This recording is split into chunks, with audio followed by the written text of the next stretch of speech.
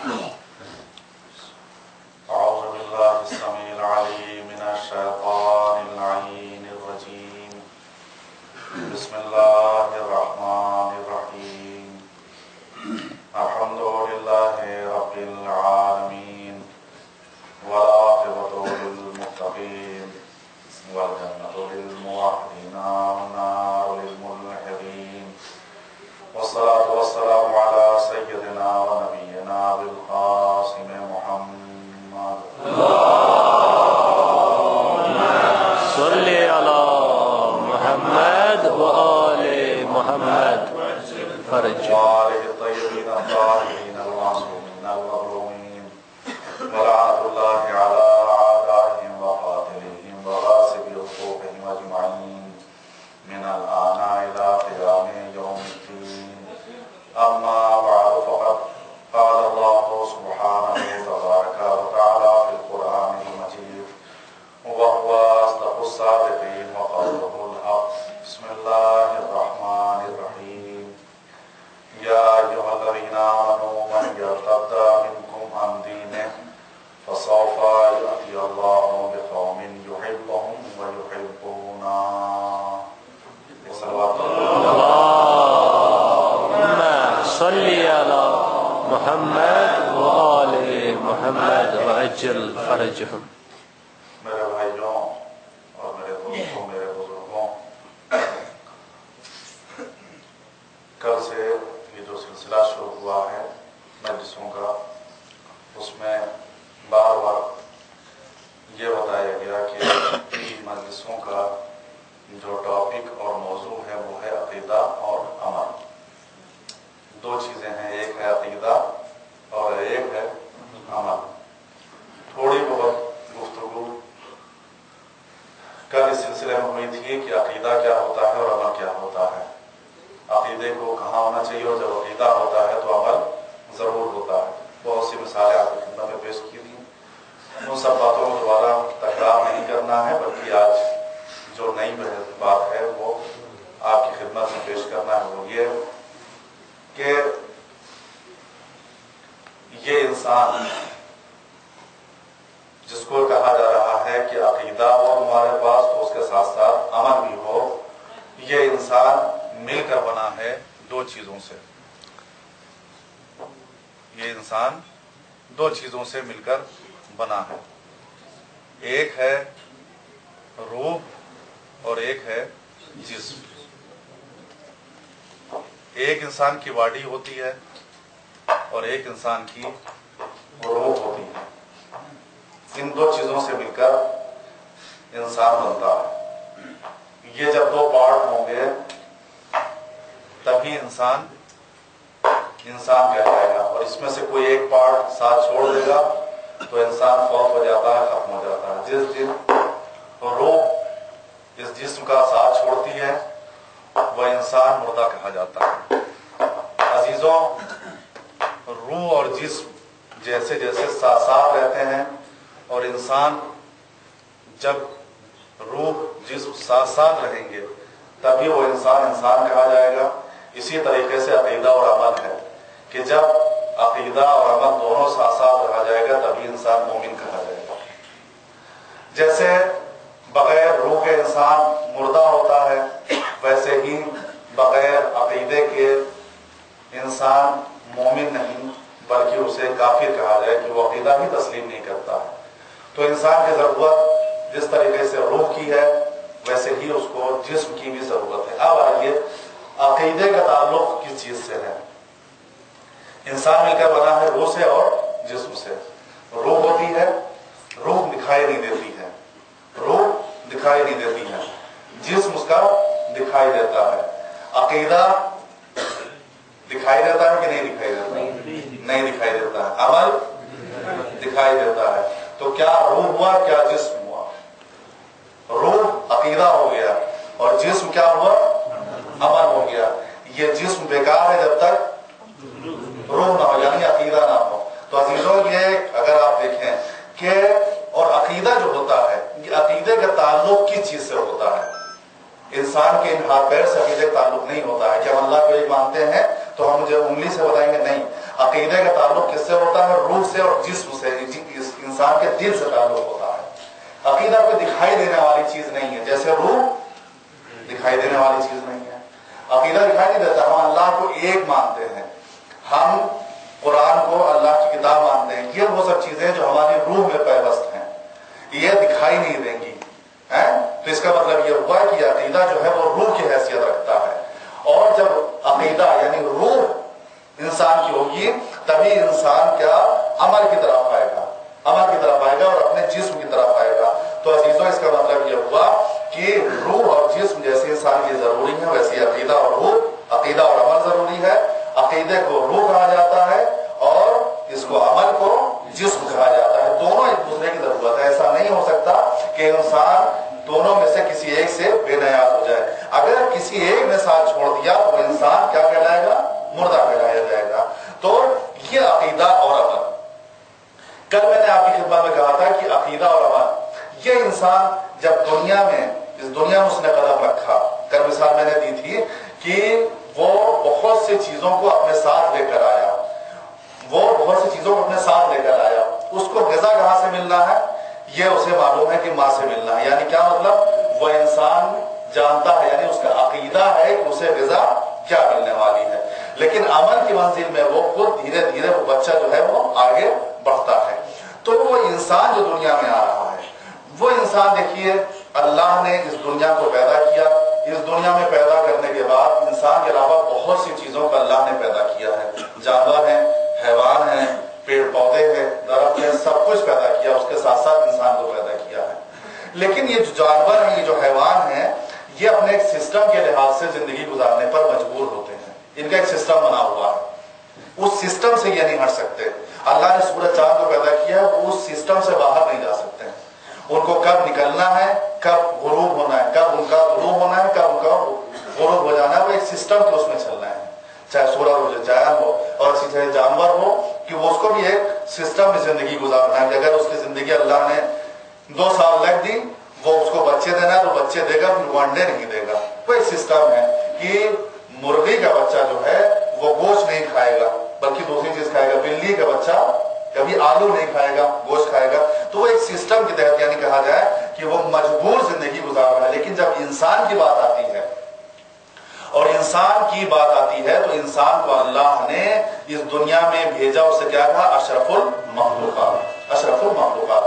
اس بلی کے بچے کو، اس جانور کے بچے کو نہ کسی چیز کے بارے میں عقیدہ رکھنا تھا اور نہ کوئی اس سے عمل کرنا تھا، اس کا کوئی تعلق آخرت سے نہیں تھا، نہ اس کو دار بقا کی طرف جانا تھا۔ لیکن جب انسان کو بھیجا یہاں پر تو انسان کے لیے ضرورت کس بات کی ہے کہ انسان عقیدے کو بھی رکھے اور عمل کو بھی رکھے۔ کچھ چیزیں وہ بچپنے سے لے کر انسان آتا ہے عقیدے کی صورت میں، اور پھر دھیرے دھیرے عمل کی طرف وہ بڑھتا ہے۔ آپ حضرات جس جگہ پہ رہتے ہیں وہاں پر کتنی چیزوں کے بارے میں آپ کا عقیدہ ہے؟ آپ کہتے ہیں کہ جب سردی آنے والی ہے اور ہم کو پتا ہوتا ہے کہ سردی آنے والی ہے تو ہم پہلے سے اس کا انتظام کر لیتے ہیں۔ کیوں؟ کہ ہمارا عقیدہ ہے سردی آئے گی، برف باری ہوگی۔ تو صرف اگر آپ کا عقیدہ ہے کہ سردی آئے گی تو آپ کیا ہاتھ پر ہاتھ رکھ کر بیٹھ جاتے ہیں کہ آئے گی، عقیدہ ہے ہمارا سردی آئے گی دیکھا جائے گا، برف گرے گی دیکھا جائے گا؟ نہیں، فوراً یہ عقیدہ آپ کو مجبور کرتا ہے کہ عمل کی منزل کی طرف جاؤ۔ عمل کی منزل کی طرف جاؤ کیا مطلب ہے؟ کہ اس سردی سے بچنے کا کچھ نہ کچھ انتظام اور بندوبست کرو۔ اگر کوئی انسان صرف عقیدہ رکھے کہ سردی ہوگی، برف گرے گی، مائنس ٹمپریچر ہوگا اور عمل کی منزل پر نہ جائے تو ایسے انسان کیا کہا جائے گا کہ بیوقوف ہے، یہ احمق ہے۔ کیوں؟ عقیدہ تو رکھتا ہے اور عمل کی منزل کی طرف نہیں آتا ہے۔ تو عزیزو اتنا سمجھ گئے کہ عقیدہ صرف کافی نہیں ہوتا، ہم چاہے دنیا میں زندگی گزارے چاہے وہ دین کی بات ہو، عقیدہ ہمارے لیے صرف کافی نہیں ہوتا جب تک عمل کی منزل کی طرف نہ انسان آگے بڑھ جائے۔ اللہ نے دیکھیے جو بچے مکتب میں پڑھتے ہیں ان کو 2 چیزیں مدرس یاد کرواتے ہیں، ایک کیا؟ اصول دین، یعنی دین کی جڑیں 5 ہیں، یہ ہے عقیدے کی منزل۔ اور کیا کہا جاتا ہے کہ فروع دین کی جب بات آتی ہے تو کیا کہا جاتا ہے؟ شاخیں 10 ہیں، یہ عمل کی منزل ہے۔ دونوں چیزیں الگ الگ ہیں، وہاں عقیدے کی بات ہوتی ہے، یہاں پر عمل کی بات ہوتی ہے۔ لیکن عقیدے کو آپ دیکھیے کہ یہ عقیدہ ہم نے کہا کہ اصول دین یعنی اللہ دین کی جڑیں 5 ہیں، توحید، عدل، نبوت، امامت، قیامت، یہ جو کچھ ہم نے بھی نبوت، امامت، قیامت، یہ 5 ہیں۔ اس کے بعد ہم نے कुछ नहीं कहा। उसके बाद अमल की तरफ हम नहीं आए। तो अब देखिएगा, पहले में 5 में हमने क्या कहा था? नहीं, उसकी हमने जो हमको सिखाया गया वो यानी दीन की जड़ें 5 ही जड़ों को याद रखिएगा। जड़ का मतलब समझते हैं ना, जिसमें लगा हुआ जड़ें 5 हैं। और फिर इधर क्या कहा जाता है कि शाखें 10 हैं। दोनों का ताल्लुक समझ गए हैं ना? अकीदा किधर है और अमल किधर है? अकीदा ये 5 है और अमल वो 10 है। उसको जड़ कहा जा रहा है, इसको शाख कहा जा रहा है। इतनी बात आ गई समझ में? अब हम गए कहीं पर भी घूमने के लिए, देखा एक दरख्त जो है वो सूखा खड़ा हुआ है, सूखा खुश्क हो चुका है। हम समझ गए कि इसकी शाखें नहीं है, इसका मतलब जड़ें कमजोर है इसकी।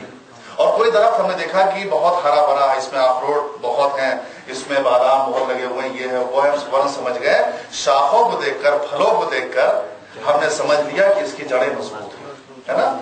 इतनी बात हो गई। यानी हम फैसला क्या करते हैं कि दुनिया की शाखों को, दरख्त की शाखों को देखकर क्या फैसला करते हैं कि इसकी जड़ें जो हैं वो मजबूत हैं। तो अजीजों, जब हम अकीदा जो है, अकीदा क्या है? जड़ है, और अमल क्या है? शाख है। हमारे जो शाखें हैं उस शाखों को देखकर, अमल को देखकर हमें पता चलता है कि हमारा अकीदा कितना मजबूत है। एक सलवात पढ़िए मोहम्मद।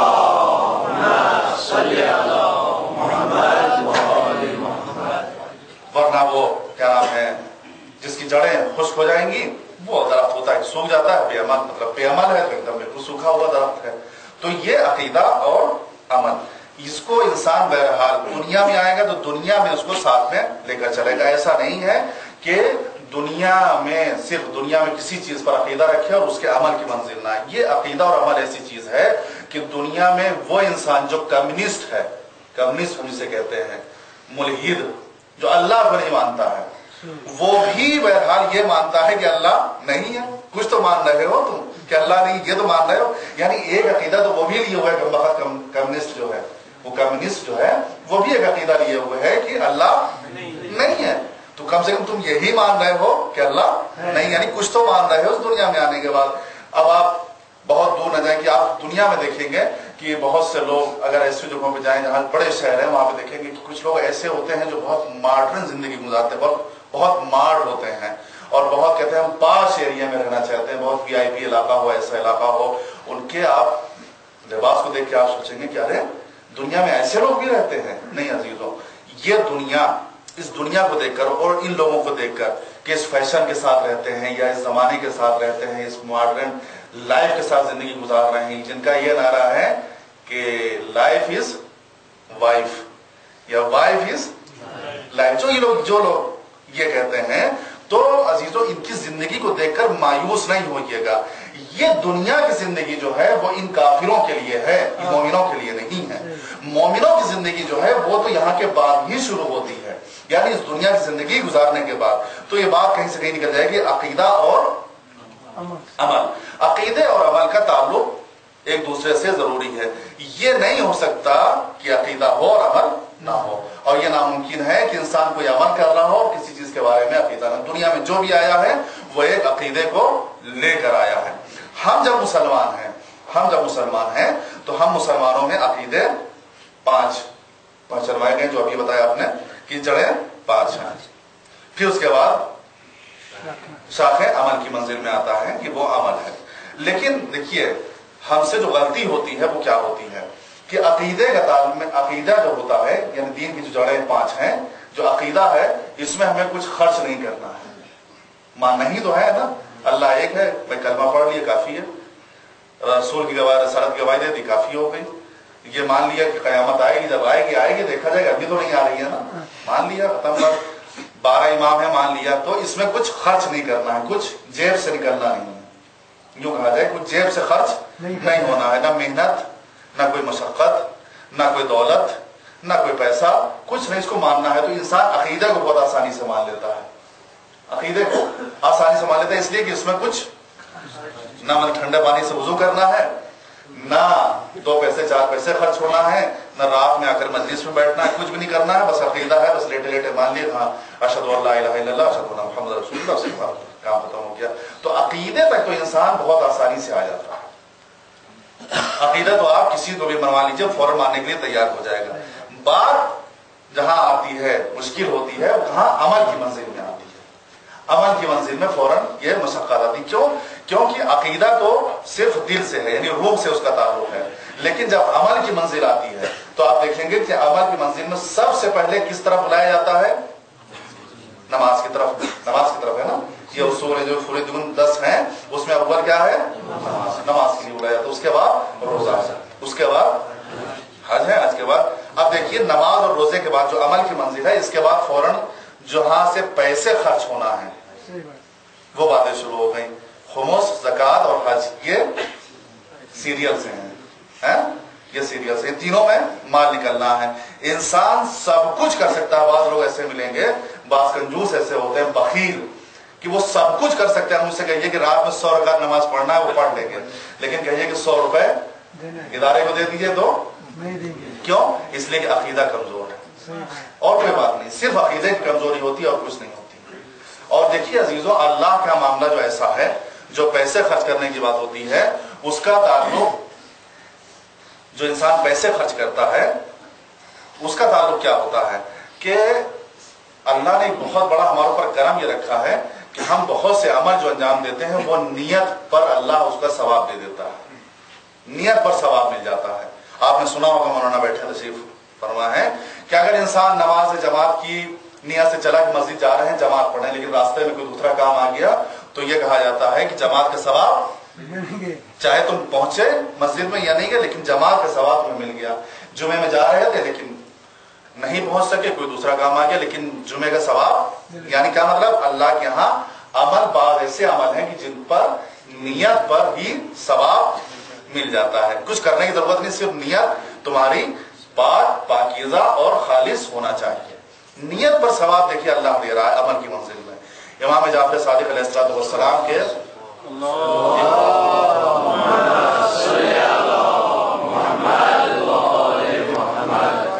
ایک صحابی ہیں اور انہوں نے ایک گھر بنایا ایک اپنا. انہوں نے گھر بنا لیا انہوں نے، اور اس کے بعد جب گھر بن گیا تو امام میں وقت ہے، امام سے کہا کہ ہم نے مولا گھر بنایا ہے، آقا گھر بنایا میرا، چلیے اس گھر میں ہمارے گھر کو معائنہ کر لیجیے، انسپیکشن کر لیجیے، دیکھ لیجیے، آپ جائیں گے تو برکت اس میں ہو جائے گی. امام وقت آئے گا تو برکت ہوگی. کہا ٹھیک ہے چلو. ایک آدمی نے گھر بنایا تھا، لے کر امام کو لے کر آیا. دیکھیے نیت پر کیسے، جب عمل ہو یا نہ ہو لیکن اگر نیت ہو عمل کی تو اس ہی پر اللہ ثواب دے دیتا ہے. تو وہ لے کر آیا، امام آگے گھر میں آنے کے بعد کھڑے ہو گئے. کھڑے ہونے کے بعد ایک دفعہ ادھر ادھر دیکھا، اس کے بعد کہا یہ بتاؤ کہ یہ کھڑکی، یہ جو ونڈو ہے یہ تم نے کیوں لگائی ہے؟ دیکھیے نیت پر ہی ثواب مل جاتا ہے. عمل کرو یا نہ کرو لیکن نیت پر ہی کہیں کہیں ثواب اللہ دیتا ہے. امام نے اس سے پوچھا کہ بتاؤ یہ کھڑکی کیوں لگائی ہے تم نے؟ تو ہم میں سے کوئی ہوتا تو ہم میں سے ہمارا بھی جواب وہی ہوتا. اس نے بھی وہی جواب دیا کہ مولا اس سے دھوپ آئے گی، روشنی آئے گی، اجالا آئے گا، یہ آئے گا، اس لیے ہم نے اس کھڑکی کو لگایا ہے. کہا بس اتنی سی بات ہے؟ کہا ہاں بس مولا اتنی سی بات ہے، اس لیے ہم نے اس ونڈو کو اس لیے لگایا ہے. کہا نہیں، دیکھو تم اگر نیت بدل دیتے، اپنی نیت یہ کرتے کہ اس کھڑکی کو ہم اس لیے لگاتے ہیں کہ اس سے نماز کا وقت مجھے معلوم ہوگا. صبح ہو گئی، صبح کی نماز کا ٹائم ہو گیا، غروب ہو گیا، مغرب کا ٹائم ہو گیا کہ نہیں، کھڑکی وہی رہتی، ونڈو وہی رہتی، گھر بھی تمہارا وہی رہتا. نیت بدل جاتی اور نیت پر تمہیں ثواب ملتا چلا جاتا. تو عزیزوں، اللہ کے ہاں جو مسئلہ ہے کہ اللہ کے ہاں جو چیز ہے وہ نیت پر اس کے ہاں سے مل رہا ہے. لیکن انسان کی جو کمزوری ہوتی ہے وہ جب عمل کی میں اگر کمزوری دیکھیے تو عمل میں کمزوری سے سمجھ جائیے کہ عقیدے میں کمزوری ہے. ورنہ انسان ایسا نہیں ہو سکتا کہ عقیدہ مضبوط ہو اور وہ عمل کی منزل کی طرف نہ آئے. ہمارے یہاں کتنا آسان ہے کہ کتنی چیزیں ہم جو ہیں وہ کرتے ہیں جو یہ سوچ کے کہ بس نیت ہو گئی تو اس نیت کے اوپر ہم کو ثواب ملتا چلا جائے گا، عمل ہم کریں یا نہ کریں. اب دیکھیے کہ امام حسین کی زیارت کے لیے ہم سب جاتے ہیں، یہ بھی ایک عمل ہے. اور عمل پہ کیوں جاتے ہیں؟ کیونکہ عقیدہ ہے کہ جو امام حسین کی زیارت کرنے کے لیے جائے گا اس نے 70,000 عمرہ مقبولہ کا ثواب اس نے حاصل کر لیا. یہ اپنے یہاں ایک حدیث ہے. تو عقیدہ ہے کہ امام حسین کی زیارت جو کرے گا وہ اتنا ثواب کا مستحق ہو جائے گا. तो अकीदा ही मजबूर करता है कि इंसान अमल करने की तरफ चला है। लेकिन अजीजों, अब क्या ये हो सकता है कि इंसान सोचे कि अब क्या फायदा, दुनिया में इतने सारे काम करें, इतने उम्रे करने के लिए वहां जाए सऊदी अरब, उससे अच्छा है कि इमाम हुसैन की ज़ियारत कर लें तो 70,000 का सवाब मिल जाएगा। इससे कोई फायदा होगा कि नहीं होगा? क्या नहीं। अगर इंसान ऐसे सोचने लगे कि चलो क्या जरूरत है कि वहां जाए मक्के, इससे अच्छा इमाम हुसैन की ज़ियारत कर लेंगे, वहां 70,000 उम्रे का सवाब मिल जाएगा। यानी इंसान ये सोचे कि हम शॉर्ट टाइम में जो है ज्यादा से ज्यादा सवाब हासिल कर लें, यानी पार्ट टाइम जिसे कहा जाए कि जॉब करके हम जन्नत को हासिल कर लें, हमें अमल करने की जरूरत ना हो, हमें जरूरत इस चीज की ना पड़े। लेकिन अजीजों, एक चीज होती है ड्यूटी और एक चीज होती है ओवर टाइम। ये मौलाना गुलाम अस्करी साहब अल्लाह बानी मकातीब की मिसाल है, जो बहुत मतलब समझाने के लिए बेहतरीन मिसाल है कि जब हम अमल की मंजिल में आते हैं, जब हम अमल की मंजिल में आते हैं तो हम लोग हिसाब करते हैं कि कहाँ ज्यादा सवाब मिलने वाला, उस सवाब को अंजाम दे लो, और कहाँ सवाब कम मिलने वाला उसको छोड़ दो। और कभी कभी ऐसा टकराव होता है कि हम वाजिब को छोड़ देते हैं और मुस्तहब को अंजाम दे देते हैं। इमाम हुसैन की ज़ियारत मुस्तहब है, वो कराएंगे, हज नहीं करेंगे, खुमुस नहीं देंगे, दूसरे कार्य नहीं करेंगे, जो वाजिब है उसको छोड़ देंगे, बल्कि सिर्फ मुस्तहब की तरफ जाएंगे, क्योंकि वो मुस्तहब में सवाब ज्यादा मिलेगा। वाजिब इंसान अंजाम देगा तो उसे एक ही वाजिब का सवाब मिलेगा, लेकिन जब वो मुस्तहब अंजाम देगा तो उसको डबल सवाब, जस्ट डबल, यानी उससे भी ज्यादा सवाब, 70,000 का सवाब उसको मिल जाएगा। 17 रबीउल अव्वल को रोजा रखेगा तो उसे 1000 ही रोजे का सवाब उसे मिलेगा। यूं कहा जाता है ना। तो एक चीज होती है ड्यूटी और एक चीज होती है ओवर। वाजिब जो है अल्लाह ने जो रखा है ये है ड्यूटी, ये है ड्यूटी, और मुस्तहब जितनी चीजें हैं ये है अल्लाह ने क्या रखी, ओवर टाइम। अगर तुम्हारे पास टाइम हो तो इस चीज को तो अंजाम देना, वरना इसको छोड़ देना। ओवर टाइम में यही तो होता है कि अगर टाइम है तो आप ओवर टाइम कर लीजिए, आपकी जो सैलरी है वो आपको जो है उसके से डबल आपको मिलेगा। अगर टाइम आपके पास है तो करिए, और नहीं है तो छोड़ के आप चले जाइए। मुस्तहब में क्या है, मुस्तहब में यही है कि आपको डबल सवाब मिलेगा, लेकिन वाजिब में एक ही सवाब मिलेगा। तो वाजिब और मुस्तहब, और वाजिब है ड्यूटी, मुस्तहब है ओवर टाइम। इतनी बात आप समझ गए अमल की मंजिल में। अब कोई इंसान ये कहे कि ऑफिस में जाके मैनेजर साहब से कि हम जो ड्यूटी यहाँ अंजाम देते हैं, यानी जो वाजिब हम करते हैं, उसकी हमको 10,000 सैलरी मिलती है, तनख्वाह मिलती है, 10,000 हमको उसकी सैलरी मिलती है, और ओवर टाइम जो आप हमसे करवा रहे हैं उसमें आप हमको जस्ट डबल दे रहे हैं, डबल उसमें हमको करके आप दे रहे हैं। तो हम कल से ड्यूटी नहीं करेंगे बल्कि सिर्फ ओवर टाइम। क्यों? इसलिए हमें इसमें डबल मिल रहा है, इसमें हमको 2 बराबर मिल रहा है, डबल इसका मिल रहा है, इसका हमको डबल। कल से हम ड्यूटी नहीं करेंगे क्योंकि उसमें सिर्फ खाली सैलरी मिलती है, और हम कल से सिर्फ ओवर टाइम करेंगे क्योंकि उसमें ज्यादा तनख्वाह डबल मिलती है। अगर ये बात वो कहे तो मैनेजर क्या जवाब देगा? मैनेजर यही कहेगा, मालिक यही कहेगा कि इस ओवर टाइम करने का हक उसी को है कि जिसने ड्यूटी को अंजाम नहीं दिया हो। जिसने ड्यूटी को अंजाम नहीं दिया उसको ओवर टाइम करने का हक नहीं है। वाजिब क्या है? ड्यूटी। मुस्तहब क्या है? Over time. मतलब क्या है कि दुनिया में ड्यूटी जो करता है उसी को ओवर टाइम करने का हक होता है, और जिसने ड्यूटी ना किया उसे ओवर टाइम करने का हक नहीं है। मुस्तहब आदमी वही कर सकता है जब उसने वाजिब को अंजाम दे लिया हो, क्योंकि ये ड्यूटी है, ये ओवर टाइम है। एक सवाल पढ़िए।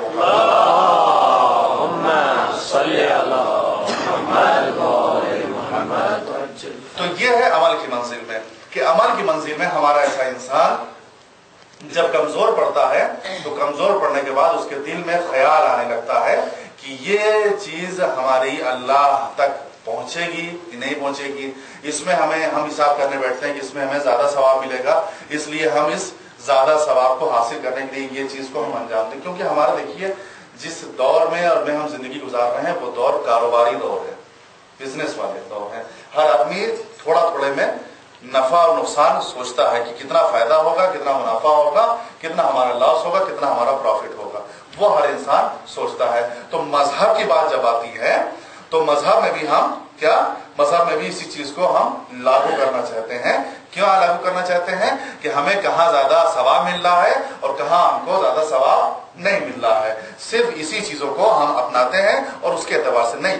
मजहब में देखिए कि जब मजहब में मजहब को हमने मान लिया, और मजहब कहते किसे हैं कि जिस चीज पर इंसान चलता है, ज़हबा के माने होते हैं। अभी आपको सिखाई जा रही थी कि जब आप हज करने के लिए जाइएगा तो आप वहां पर 50, 20, 30 और फला आप याद कर लीजिए, इसलिए कि आपको वहां किसी चीज के, तो अब हम भी थोड़ी अरबी सिखाते हैं। ज़हबा का मतलब ये होता है, ज़हबा का मतलब होता है जाना। मजहब वो चीज होती है कि जिस पर इंसान चलता है, जिस चीज पर चल रहा है, और तो इंसान मजहब के ऊपर चलता है। मजहब, हमने कहा आप किस मजहब के मानने वाले हैं, हमारा जवाब होता है कि हम इस्लाम के मानने वाले हैं। क्या कहते हैं हम लोग, इस्लाम के हम लोग मानने वाले हैं। फिर बाद में वो होता है कि इस्लाम में फिर किस फिरके से है, वो एक अलग बात है, लेकिन पहला जवाब हमारा क्या होता है कि हम इस्लाम के मानने वाले हैं। देखिए अब इस्लाम इस दौर में जहां पर हम लोग ये जिंदगी गुजार रहे हैं, 2012 शुरू हो गया है, इस्लाम को बेइंतहा बदनाम कर दिया गया है, बेइंतहा बदनाम किया गया है। सबसे ज्यादा जो मजहब बदनाम किया गया है मीडिया वालों की तरफ से या दूसरी मुल्कों की तरफ से, सबसे ज्यादा बदनाम जो किया गया है वो इस्लाम बदनाम किया गया है। इस वक्त यह कहा जाए कि इस्लाम को जोड़ दिया गया है किससे, दहशतगर्दी से। सिर्फ जहां पर भी कोई धमाका होता है उसमें कहा जाता है कि इसमें किसी मुसलमान का हाथ होगा, सिर्फ ये।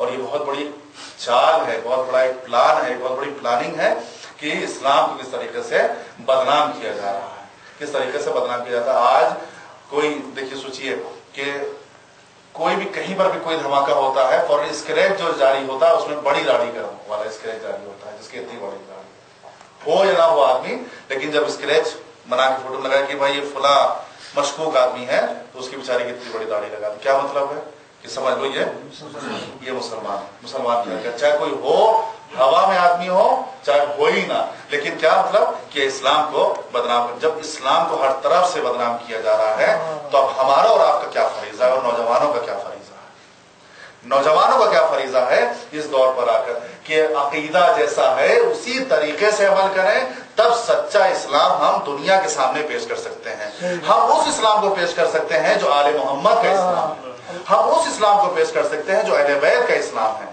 हम उनको दुनिया को बता सकते हैं हम मजलूम हैं, हम जालिमों का साथ नहीं देते हैं, हमको सताया गया है, हम पर जुल्म किया गया है। हमारी तुम तारीख उठा के देख लो, हम एनसीओ की तारीख उठा के तुम देख लो, तो तुम्हें पूरी तारीख में मिला जाएगा कि हम ही को कत्ल किया गया, हमारे खून से दीवारें बनाई गई हैं, हमें जिंदा जो है चुना गया। नादिर शाह दुर्रानी का नाम आपने सुना, औरंगजेब का आपने नाम सुना, तारीख पढ़ रही है कि कैसे कैसे शियों को और मोमिनीन को कत्ल किया है उसने, औरंगजेब ने।